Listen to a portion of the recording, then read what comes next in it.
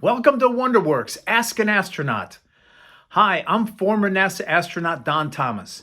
And during my 20 years with NASA, I had the amazing opportunity to fly on 4 space shuttle missions. 3 of those were aboard Space Shuttle Columbia, and my 4th was aboard Space Shuttle Discovery. And on those 4 flights, I spent a total of 44 days up in space. And during that time, I went around the Earth all the way around 692 times. It was such an incredible experience, and I'm looking forward to sharing those experiences with you here today. So on behalf of WonderWorks, I just want to thank you all for joining us, and thank you for submitting these amazing questions that we'll be getting to. Before I start the questions, I just want to start off by sharing with you how I became an astronaut. How did I get here? You know, I was just 6 years old when the first American astronaut went into space. That was on May 5th, 1961. And at my elementary school in Cleveland, Ohio, where I grew up, they brought all the students to our gymnasium. I sat on the floor and watched a small black and white TV as our first American launched into space. And as soon as our astronaut had taken off that day, I remember sitting there and saying to myself, I want to do that. So ever since I was 6 years old, I knew I wanted to be an astronaut. I wanted to ride a rocket to space. I wanted to experience zero gravity, what it's like floating around up in space. So I always knew what I wanted to do, but the problem is, well, how do you get there? How do you become an astronaut? And as a young boy, I wasn't quite sure how to do this. We only had 7 American astronauts at that time, and I didn't know any of them. But the one thing I recognized early on was it was going to be very difficult. There was a lot of competition. Thousands of people apply to be an astronaut, and then a small handful are selected by NASA. So I knew as a young boy, my only shot of ever making it to space would have to involve me working hard and doing my best in school every single day. In all my subjects, in math and science, but also reading, art, history, music, gym, language, whatever I worked on, I always gave it my 100% best effort, always trying to do my best. After high school, I went on to college. I attended Case Western Reserve University in Cleveland, Ohio, and got my bachelor's degree in physics, one of the sciences. And that's the minimum degree you need to become an astronaut. 4-year college degree in math, science, engineering, or the medical fields. But I knew the competition was going to be tough, and I thought I can't start applying to NASA with just the bare minimum requirements. So I decided to stay in school. I went on to Cornell University and got my master's and then my PhD, my doctorate in engineering. So after 9.5 years of college, I got out and I took a job in Princeton, New Jersey with a company called AT&T Bell Laboratories doing research work for them. Now, NASA selects new groups of astronauts every 3 or 4 or 5 years. They'll pick a small group of 10, 15, or 20 astronauts depending on their needs. And it was 2 years after I got out of college, NASA put out the announcement they needed new astronauts. I was all excited. I wrote to them. I got the application form. I carefully filled it out. I sent it back in, and you can all guess what happened. I got turned down. NASA said no thanks. I was surprised, but I thought, well, I'm not going to give up. I'll try again. 2 years later, they had another astronaut selection. Got another application form, filled it out, sent it in, and then that second time, same result. NASA said no thanks. And at this point, I was thinking, you know, my grandmother and I have the same chance of becoming an astronaut. That chance was 0. I wasn't even getting close in the competition. So at this point, I knew I needed to do more to get noticed by NASA. And being an engineer, what I did is I studied the data. I carefully looked into the backgrounds of the people that were successful getting into the astronaut program to see what do they have that I don't have. What am I missing here? What education, what background, what experiences? And by carefully studying that, I learned a few things. The first was most of the astronauts that they were selecting already had some flying experience. Now, flying wasn't a requirement to be an astronaut, but it seemed to help a little bit. So I started taking flying lessons and I got my pilot's license. I also noticed most of the astronauts that they were selecting had some parachuting or skydiving experience. Again, not a requirement, but something that seemed to help. So I learned to do that. I also taught a university course. That seemed to be experience NASA was looking for. So I worked on these activities. 3 years later, NASA had another astronaut selection. Got another application form, filled it out, sent it in. This time, NASA called me up and they invited me down to the Johnson Space Center in Houston, Texas for a week of medical testing and an interview. And out of the thousands of people that apply to be an astronaut, NASA will select 100 individuals and they bring you to Houston and you spend a full week with NASA, again, doing this really thorough medical exam, and then there's a 1-hour interview. Well, I passed all the medical tests. That all went very well. I went on to the interview and I thought that went very well. So at the end of my week with NASA, I was thinking, boy, that couldn't have gone any better for me. I was feeling really good about it. And I went back to my job in New Jersey and just sat there and waited to see, did I make it or not this time? Well, I was back at my job about a week or so when some of my friends started calling me up from across the United States. They called up and they said, hey, Don, the FBI's been calling about you. Now, let me tell you, if the FBI is ever calling about you, it's either really good or really bad, right? And in this case, it was really good. NASA was doing a security background check on me, and they looked into my background. They checked the police records in all the cities wherever I lived to see if I'd ever been in trouble. They went and met with all my bosses, every company that I worked for from high school on. They would meet with my bosses and ask them, what kind of worker was I? How did I treat the customers? How did I treat the coworkers? Did I show up to work on time? And then they went up and down the streets in all the neighborhoods, wherever I lived. And they would talk to the neighbors, asking what kind of person was I and how did I treat people in the neighborhood. And when I heard this was going on, I thought this is a great sign. I didn't think NASA could be doing this detailed security check to all 100 people they interviewed. I figured they must have selected their astronauts, and this is the final check to make sure you're good to go before they announce the names. So I was pretty excited, and it was 2 months later I got the phone call from NASA. They called me up and said, Don, thank you very much for applying. We had a lot of good candidates. We did not select you, but good luck in the future. And I hung up that phone and I was in shock. I thought I had made it into the astronaut program, but here for the third time, NASA said no. And at this point, I thought, it's time to give up on this silly dream of mine. I worked hard. I gave it my absolute best effort. I applied 3 times here, but NASA clearly just didn't want me. So I made the decision that I would go to bed, get a good night's sleep, and then in the morning when I woke up, I would put together a new plan for my career that did not involve being an astronaut.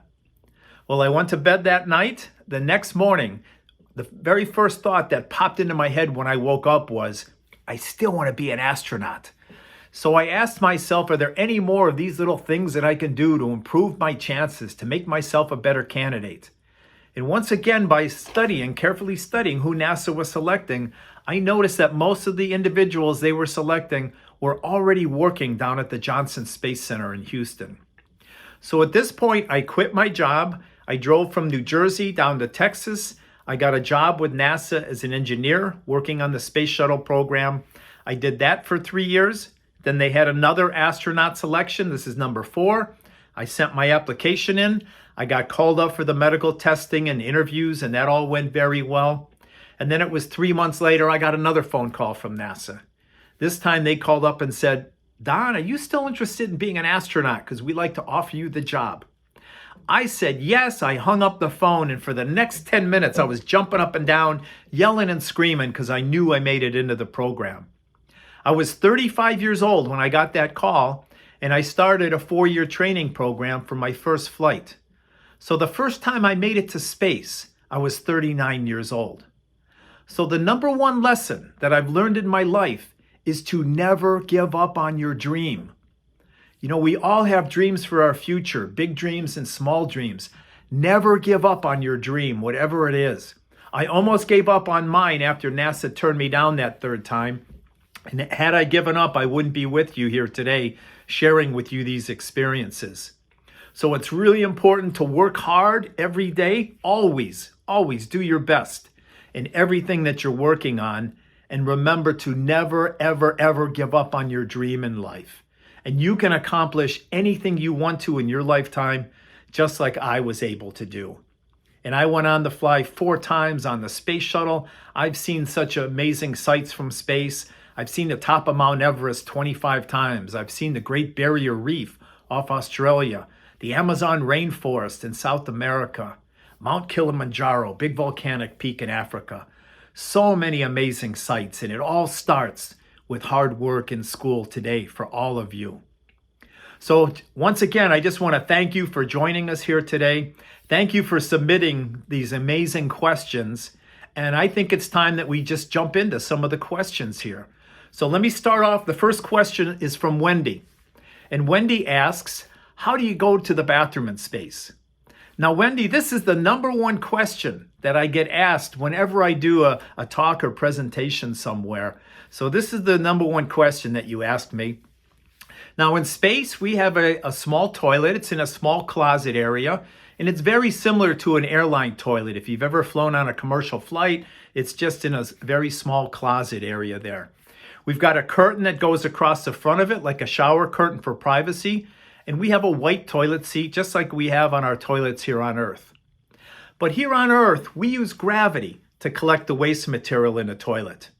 You can probably imagine what would happen in space with zero gravity. And I'm not going to talk about that here today. But in space, our toilet is kind of like a porta potty. And in the bowl of the toilet, we have giant fans.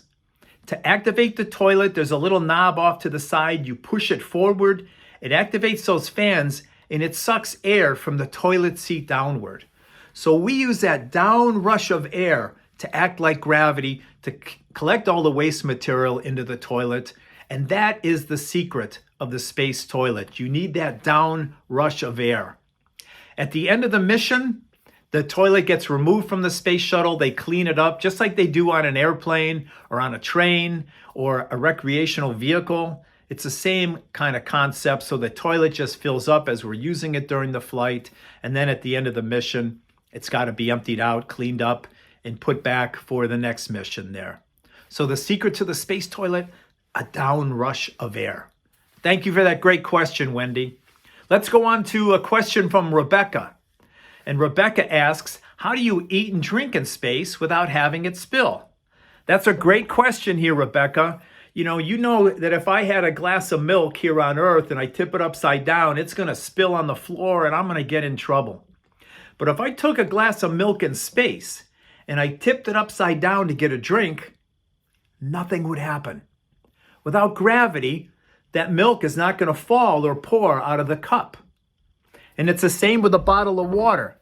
If I had a bottle of water in space, I could take the top off, tip it upside down to get a drink, and once again, nothing would happen. Without gravity, the water's not going to fall or pour out of the bottle.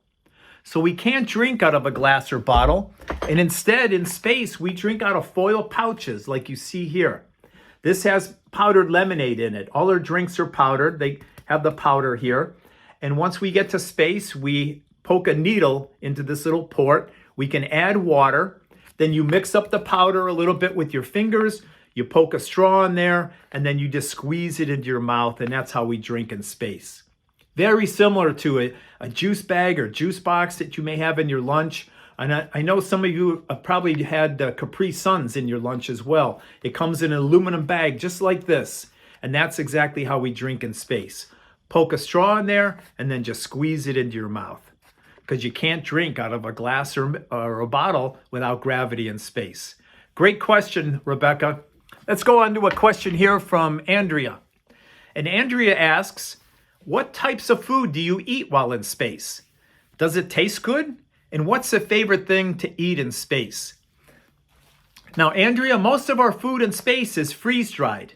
And it comes in small packages like I'm holding here. And most of our food, like I said, is freeze-dried. And that's fully cooked food. They freeze it, then they dry it out, they remove all the moisture, and they vacuum pack it in these small plastic containers. Once we get to space, we have a needle that'll poke into that port once again, just like the drink bag. We can inject hot water, and that dry, hard food will absorb the water, soften up, and after 3 or 4 minutes, it's ready to eat. We would just cut this plastic package open with a pair of scissors and eat it with a normal fork or spoon. This is pasta and shrimp. So you could see some of the shrimp in there and some of the colorful pasta noodles that we have. A few other items, I'll show you what we have. This is noodles and chicken. So you see some of these little round discs. Those are the noodles, that's your pasta, and little square chunks of chicken. Again, freeze dried. We add hot water, it'll soften up. It's okay to eat. We also have vegetables up here. Here's some cream spinach. It probably doesn't look that appetizing, but you add hot water and then let it soften up, and then you could cut this package open and eat it with a normal fork or spoon. Now, one of the favorite foods of all the astronauts during the 30 years of the Space Shuttle program, turns out it was shrimp cocktail. And this is shrimp cocktail here. It's freeze-dried. And on the back side here, you see the cocktail sauce. And in space, the needle would come in here. We would inject maybe cold water in there. And that dry, hard shrimp would absorb that water, soften up. And again, 3 or 4 minutes later, we could cut it open with a pair of scissors and enjoy our shrimp cocktail. I think this is one of the favorites for the astronauts because it was a little bit spicy. Most of the space food is kind of bland and doesn't have great flavor and taste to it. So I think that's why the astronauts really like shrimp cocktail, because it had a little more flavor to it. We also fly something as simple as this. This is just some regular peanuts, like Planters peanuts that you may get at the grocery store. And NASA just puts them in these little plastic packages here. If you look carefully here, each of the food packages has a little blue dot of Velcro on it. And after we make our meal, when we're ready for lunch, you could get your food and you could just Velcro it to yourself. And then you could float to a window. And I would watch the Earth go by as I had my lunch or dinner right there stuck to me. We don't use a dinner plate because everything would just float off of it in space. So all of our food is Velcro that we can stick to ourselves, stick it on the wall to keep it from floating around. Now, I told you most of our food is freeze-dried, but we do have some food packages that come out of the military. These are military rations called MREs, Meals Ready to Eat. And this is fully cooked food. It has all the moisture in it, so it isn't freeze-dried. But what the military does is they heavily irradiate their food in these pouches with radiation. And that kills off any bacteria. So this food will stay preserved for years without refrigeration. When you want to eat this, all you do is cut the top off with a pair of scissors. You can take a fork or spoon and then just eat it right out of the pouch. And what I'm holding here is chicken noodle soup. And I know probably some of you are wondering, how do you eat chicken noodle soup in space? Well, once you add the water, you don't add water to this one, but once you heat this up a little bit and cut the top off, you can just take a spoon in that pouch and the soup will kind of cling to the spoon in a round ball. And you carefully bring it towards your mouth and you can slurp it up or gobble it down that way. So even something like soup, you can eat it in space with a normal fork.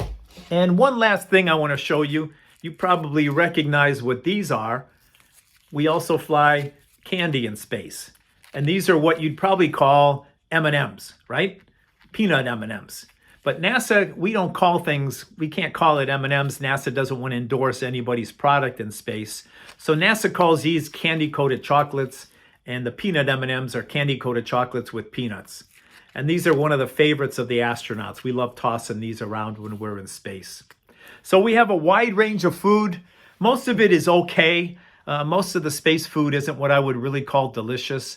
I would never go to a restaurant that serves space food, but it was pretty good. And my personal favorite foods when I was in space was beef and barbecue sauce. And we also had a sweet and sour chicken that I liked.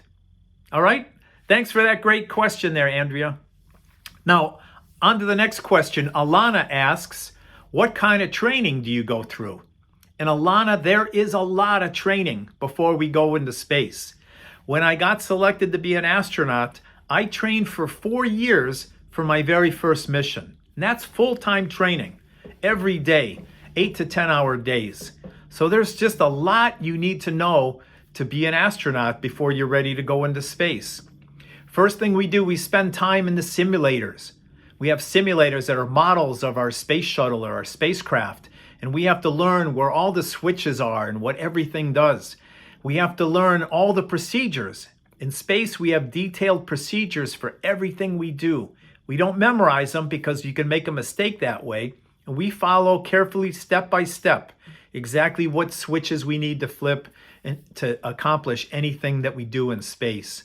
So we spend a lot of hours, thousands of hours in simulators, practicing launches and landings. We also spend a lot of time in the classroom, just like you do in school. Astronauts are in the classroom learning about the different systems, learning about the Earth. So we spend time in classrooms. We also spend time underwater, doing scuba diving and training for spacewalks. When we get inside of a spacesuit in the water, it's a little bit like floating in space.